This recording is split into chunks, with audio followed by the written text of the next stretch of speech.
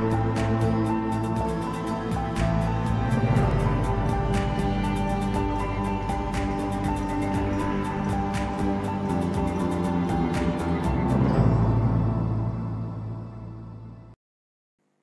Everyone, hello and warm welcome to all of you.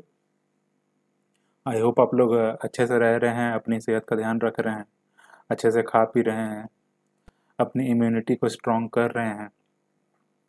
तो हम लोग अगस्त मंथ का हम लोग योजना देख रहे थे। हमने पिछले वीडियो में हमने जो योजना ने इस बार से एमसीक्यूज इंट्रोड्यूस किए हैं अपने मैगजीन में, तो हमने उन 10 क्वेश्चन को देखा था। हमने कुछ और उसके बारे में एडिशनल जानकारी भी देखी थी। तो इस वीडियो से हम लोग क्या करेंगे, हम इसमें हम लोग इंडिया चाइना बॉर्डर डिस्प्यूट के बारे में जानेंगे, जो कि एक आर्टिकल था योजना के अंतर्गत। बेसिकली योजना कल्चर पे बेस्ड था, तो हम लोग इसके बाद वाले वीडियो से हम लोग पूरा कल्चर का डिस्कशन करेंगे। तो चलिए शुरुआत करेंगे हम लोग हिस्टोरिकल बैकग्राउंड से। तो बेसिकली क्या है, 1990s के टाइम से ही बॉर्डर ट्रांसग्रेशंस चल रहे हैं। जैसे कुछ इंसिडेंट्स देखिए, देपसांग प्लेन इंसिडेंट था 2013 में, इसके बाद चुमार इंसिडेंट 14 और 15 में आया, फिर डोकलाम बहुत ही फेमस हुआ था 2017 में ये हुआ था, फिर 2020 में दो हुआ है, एक नाकुला सिक्किम वाले एरिया में हुआ है और एक ये Galwan Pangong Tso Shyok river valley incident हुआ है, जो कि इसी साल हुआ है और ये जम्मू कश्मीर वाले एरिया में है। तो ये दो इंसिडेंट इस साल के हैं और ये डोकलाम भी फेमस है 2017 का। ये कुछ हिस्टोरिकल इंसिडेंट्स हो गए। 1914 में मैकमोहन लाइन ड्रॉ किया गया था शिमला कॉन्फ्रेंस में। ठीक है, मैकमोहन लाइन आपको पता होगा इंडिया और चाइना को सेपरेट करता है। हाँ, फिर 1993 में कुछ एग्रीमेंट्स हुए थे कॉन्फिडेंस बिल्डिंग मेजर्स को। ठीक है, इसका शॉर्ट में हम लोग सीबीएम भी बोल रहे हैं। तो कॉन्फिडेंस बिल्डिंग मेजर एग्रीमेंट हुआ था 1993 में, और ये पहली बार मेंशन करता है अबाउट एलएसी। तो इसके पहले तक हम लोग एलएसी की बात भी नहीं करते थे। मतलब उसके पहले तो एक मैकमोहन लाइन था, उसके बाद आपको पता है कि चाइना ने बहुत सारा हमारा एरिया जो है कंट्रोल में रखा है। तो 1993 में इस चीज़ को हम लोगों ने क्या बोलते हैं एड्रेस किया कि एलएसी नाम का कुछ है जिसका फुल फॉर्म क्या है, लाइन ऑफ एक्चुअल कंट्रोल। तो लाइन ऑफ एक्चुअल कंट्रोल क्या है, separates Indian control territory from Chinese control territory. ठीक है, और जो बेसिकली दोनों कंट्रीज हैं इंडिया और चाइना इस चीज़ पे अग्री नहीं करते हैं। तो ये बेसिक बात हो गई। तो जो नाकुला वाला जो मैप है, हम लोग पहले वो चीज़ भी देख लेते हैं, क्योंकि मैपिंग भी हम लोग को अपने यूपीएससी के हिसाब से देखना है। तो नाकुला बेसिकली ये देखिए, ये सिक्किम वाले एरिया में है। ठीक है, यहाँ पर ऊपर में चाइना है, ये सिक्किम है, इधर इधर भी चाइना है, इधर भी चाइना है। इसके अलावा कुछ और पासेस हैं, वो भी हम लोग को जाना जरूरी है। जैसे एक सिक्किम, जैसे ये जो सिक्किम है हम लोग का एरिया, ठीक है, ये चाइना है और ये भूटान है। तो यहाँ पर देखिए ये क्या है, नाथुला पास है, ये देखिए यहाँ पे है नाथुला पास, उसके पास में है चोला पास। तो ये दो पास हो गए वहाँ पे। और ये डोकलाम वाला इंसिडेंट हुआ था, ये देखिए यहाँ पे इंडिया चाइना और भूटान का जो बॉर्डर है यहाँ पर, तो यहाँ पर डोकलाम वाला इशू हुआ था। ठीक है, मैपिंग देखने के बाद हम लोग अब प्रेजेंट वाले इशू में आते हैं, जो कि जम्मू कश्मीर वाले एरिया में जो है जहाँ पे आग लगी पड़ी अभी है। तो बेसिकली 23 ऐसे डिस्प्यूटेड एंड सेंसिटिव एरियाज हैं जहाँ पर जो है ये एग्रेसिव पेट्रोलिंग चल रही है, जहाँ पे फेस ऑफ हो रहा है between troops from both the sides. ठीक है, तो अगर आप लोग कुछ एरिया जानना है तो आप लोग डिटेल में पढ़ लीजिए। यहाँ पे लद्दाख और अरुणाचल में है। लद्दाख में एक तो फेमस है पेंगोंगसो, फिर एक चुमार है। इसके अलावा अरुणाचल में यांगसी है, फिस्टल वन है, दिबांग वैली में भी होता है, फिर डीचू है, नामखा चू है, सुमदोरंग चू है, आसाफिला है, लोंगजू है। इसके अलावा हिमाचल में देखिए शिपकिला है और कौरिक है। तो ये तीन चार कुछ है, और उत्तराखंड में है बाराहोटी और पुलान सुंडा। तो ये कुछ ऐसे डिस्प्यूटेड एरियाज हैं जहाँ पर हमेशा फेस ऑफ चलता रहता है और जहाँ पे एग्रेसिव पेट्रोलिंग होती है। ठीक है, ये कुछ फ्लैश पॉइंट्स हो गए। इसके अलावा ये हमने अपने चैनल पे एक और वीडियो डाल रखा है जिसमें हमने इंडिया चाइना बॉर्डर डिस्प्यूट की बात की है, जिसमें हमने गलवान वैली वाले एरिया को ही फोकस किया है। तो इसमें देखिए हम लोग पेंगोंग त्सो वाला जो एरिया है उसका ये मैप है, the line of actual control at Pangong Tso. ठीक है, तो पहले तो समझिए कि ये 13,900 फीट अबव है, ठीक है, सी। और जो 2/3 ऑफ 134 किलोमीटर जो लॉन्ग लेक है, पेंगोंग लेक है जो, वो है चाइना के पास। ठीक है, वो कंट्रोल करता है इसको। दूसरी बात यहाँ पर देखिए, अब यहाँ पर देखिए 8 फिंगर्स हैं, फिंगर 1 2 3 4 5 6 7 8। हम लोग इसको इस तरह से बांट लेते हैं। तो वैसे इंडिया क्या करता है, फिंगर 8 तक हिस्टोरिकली पेट्रोल करते रहा है। ठीक है, फिंगर 8 तक, जबकि इसका पोस्ट क्या है, F3 और F4 के बीच में ही इसका जो है बेस सिचुएटेड है इंडिया का। एक इम्पॉर्टेंट है, जबकि पेट्रोल ये F8 तक हिस्टोरिकली करता रहा है। ठीक है, एक बात तो ये हो गई। जो इंडिया के अकॉर्डिंगली LAC है वो ये देखिए है, मतलब इंडिया इतना एरिया को अपना मानता है, और चाइना के अकॉर्डिंगली जो LAC है वो ये है, चाइना इतना एरिया को अपना मानता है। तो मतलब अगर आप एज ए कंक्लूजन समझिए तो ये जो है पूरा एरिया, ये डिस्प्यूटेड एरिया है जिसमें दोनों अपना कब्जा जमाते हैं, जो अपना हक मानते हैं। हमने एक और चीज़ क्या देखा कि इंडिया का जो बेस है F3 और F4 के बीच में है, लेकिन वो F8 तक पेट्रोलिंग करता रहा है। ठीक है, अब इसमें एक और बात देखिए, जो चाइना का पोस्ट है वो इसके इधर था वैसे, लेकिन ये क्लेम कहाँ करता करता है, ये F2 तक क्लेम करता है। मई में क्या हुआ है इधर, मई 2020 में क्या हुआ है कि जो वहाँ की जो आर्मी है उसने ब्लॉक कर दिया है जो इंडियन पेट्रोलिंग है बियॉन्ड F4, मतलब इंडियन आर्मी का पेट्रोलिंग इसके बियॉन्ड नहीं हो पा रहा है। तो इस वजह से इशू शुरू हुआ। यहाँ पर कुछ जो यहाँ जो F4 और F8 के बीच में कुछ फोर्टिफिकेशन किए गए, कुछ बंकर बनाए गए चाइनीज आर्मी के द्वारा। ठीक है, इस एरिया में। तो ये बेसिक इशू है पैंगोंग त्सो लेक का।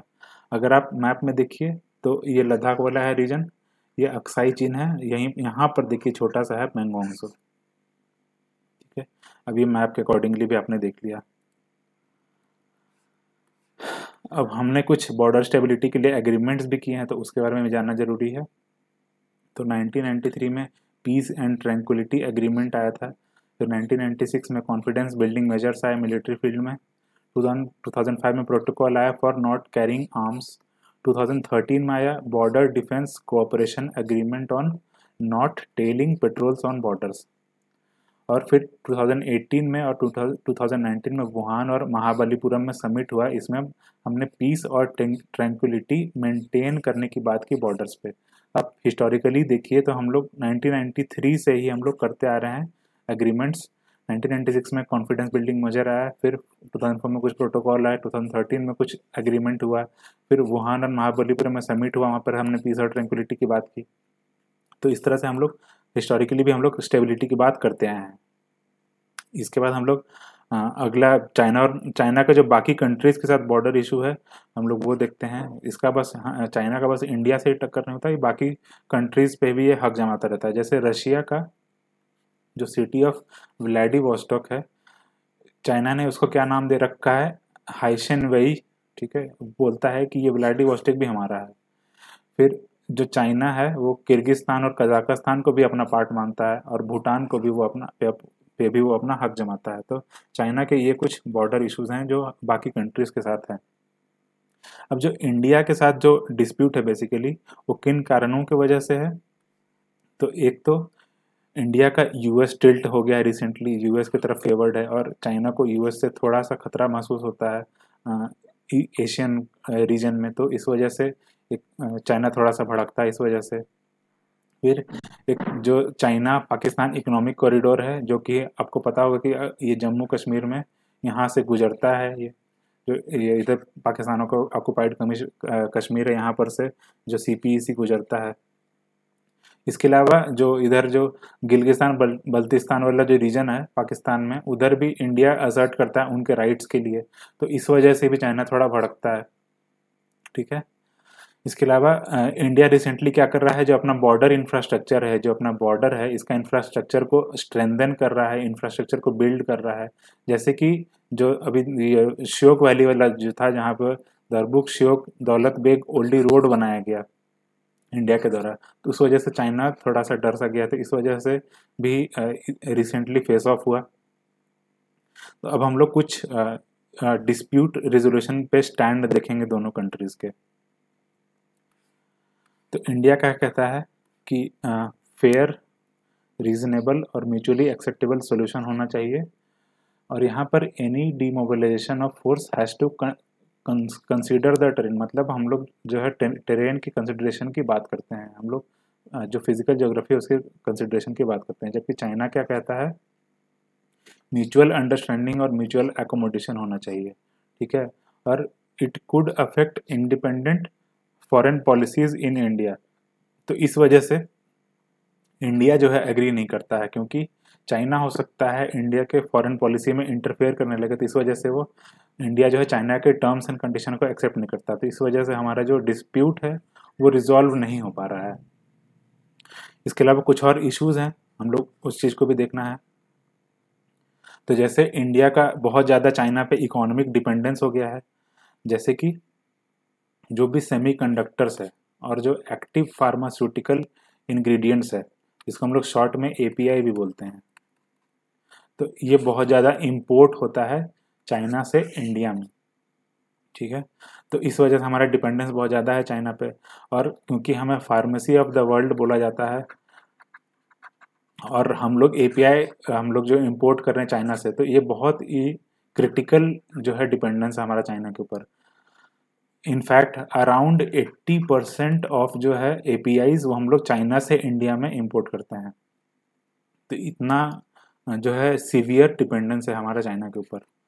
रिसेंटली क्या हुआ, 4G और 5G टेक्नोलॉजी भी आ रहे हैं, और चाइना इसमें उभर कर आया है एज ए सुपर पावर, और इंडिया इतना भी मेजरली अभी छलांग नहीं मार पाया इस फील्ड में। तो यहाँ पर भी चाइना से कोऑपरेशन की बात कर रही है इंडिया। चाइना जो है इंडिया के जो मार्केट में पेनिट्रेट कर चुका है ऑलरेडी इस फील्ड में, तो इंडिया का एसेट इकोनॉमिक डिपेंडेंस है चाइना के ऊपर।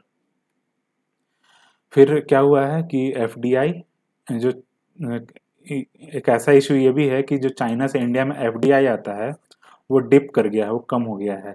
2018-19 में देखिए कितना था, 229 मिलियन। तो अगर आप इस तरह मैप करें तो इस तरह से 229 मिलियन था यहाँ पे 2018-19 में, और वो घटकर हो गया 2019-20 में केवल 163। तो इस तरह से डिप हुआ है। आप इस तरह से ग्राफ बना भी सकते हैं अपने आंसर में कंपैरेटिव एनालिसिस के लिए। इसके अलावा इंडिया का ट्रेड डिफिसिट भी चाइना में है, और वो फेल किया है recently by 48.66 billion due to decline in imports, क्योंकि हमने इम्पोर्ट्स कम कर दिया, तो इस वजह से जो ट्रेड डिफिसिट है वो कम हुआ है। एक और इशू रिसेंटली क्या हुआ था कि जो ये फेस ऑफ हुआ था अभी बॉर्डर पे, तो उस वजह से इंडियन गवर्नमेंट ने 59 ऐप्स को बैन कर दिया था। 59 चाइनीज जो ऐप्स थे उसको इंडिया ने बैन कर दिया था, और इसने चाइनीज़ मार्केट को अफेक्ट किया, उनको कुछ मॉनेटरी लॉस हुआ। तो इस वजह से भी कुछ इशू का क्रिएशन होता है, कुछ प्रॉब्लम्स बढ़ते हैं इस वजह से। तो हमारा वे फॉरवर्ड क्या होना चाहिए? हमारा वे फॉरवर्ड ये होना चाहिए कि डिस्प्ले ऑफ दो चीज़ों का साथ में होना चाहिए, मिलिट्री स्ट्रेंथ और डिप्लोमेटिक वर्क। मतलब हम लोग फोर्स की भी बात कर रहे हैं और हम लोग डिप्लोमेसी की भी बात कर रहे हैं, तो दोनों जो पर्सनल हैं इनसे रिलेटेड उनको बढ़ चढ़कर पार्टिसिपेट करना चाहिए, ताकि दोनों के कंट्रीज़ के बीच में डिस्प्यूट जो है वो सॉल्व हो पाए। हम लोग आत्मनिर्भर भारत अभियान की भी बात कर रहे हैं, तो इस वजह से भी हम लोग क्या करेंगे, इंडिया में हम लोग मैन्युफैक्चरिंग ज़्यादा करेंगे, हम लोग ऐसे गुड्स का इंपोर्ट कम करेंगे, और हम लोग खुद के कंट्री में उन चीज़ों को प्रोड्यूस करेंगे, ताकि जैसे हमने भी क्या देखा था, हम लोग चाइना के ऊपर डिपेंडेंट है एपीआईज के लिए, तो अगर हम लोग खुद के कंट्री में इसको प्रोड्यूस करेंगे तो हमारा चाइना के ऊपर से डिपेंडेंस जो है घट जाएगा। उसी तरह हम लोग सेमीकंडक्टर हम लोग प्रोड्यूस कर सकते हैं इंडिया में, तो उस वजह से भी हमारा जो है डिपेंडेंस घटेगा। तो इस तरह से आत्मनिर्भर भारत हम लोग के काम आ सकता है। फिर हम लोग बाकी कंट्रीज़ जो हैं, दूसरे कंट्रीज़ चाइना के अलावा जितने भी अफ्रीकन नेशंस हो गए या फिर यूरोपियन नेशंस हो गए या फिर अमेरिकन नेशंस हो गए, ऑस्ट्रेलिया हो गया, तो इन सब से हम लोग जो है क्या कर सकते हैं, रिलेशन अपना इम्प्रूव कर सकते हैं, ताकि चाइना से नहीं हम लोग क्या करें, बाकी कंट्रीज से अगर हमें कुछ मटेरियल्स की, गुड्स की ज़रूरत है, हम लोग वहाँ से इम्पोर्ट करें और चाइना से हमारा डिपेंडेंस ख़त्म हो जाए। तो इस वजह से चाइना पे थोड़ा सा लगाम लगेगा। तो ऐसे हम लोग जो है प्रोसीड कर सकते हैं। और कुछ एक वीडियो में हमने और भी डिस्कस किया हुआ है, जो इंडिया चाइना बॉर्डर डिस्प्यूट था, तो आप लोग वहाँ पर भी थोड़ा सा देखें, थोड़ा सा कंसेप्ट की क्लैरिटी आपको वहाँ से भी होगी। तो आई होप आप लोगों को इस वीडियो ने हेल्प किया होगा। बाकी के वीडियोस में हम लोग क्या करेंगे, हम लोग कल्चर के डिस्कशन पे शुरुआत करेंगे, जो कि योजना का इस बार का बेसिक थीम था। चलिए तब तक पढ़ते रहिए, अपना ख्याल रखिए। जय हिंद।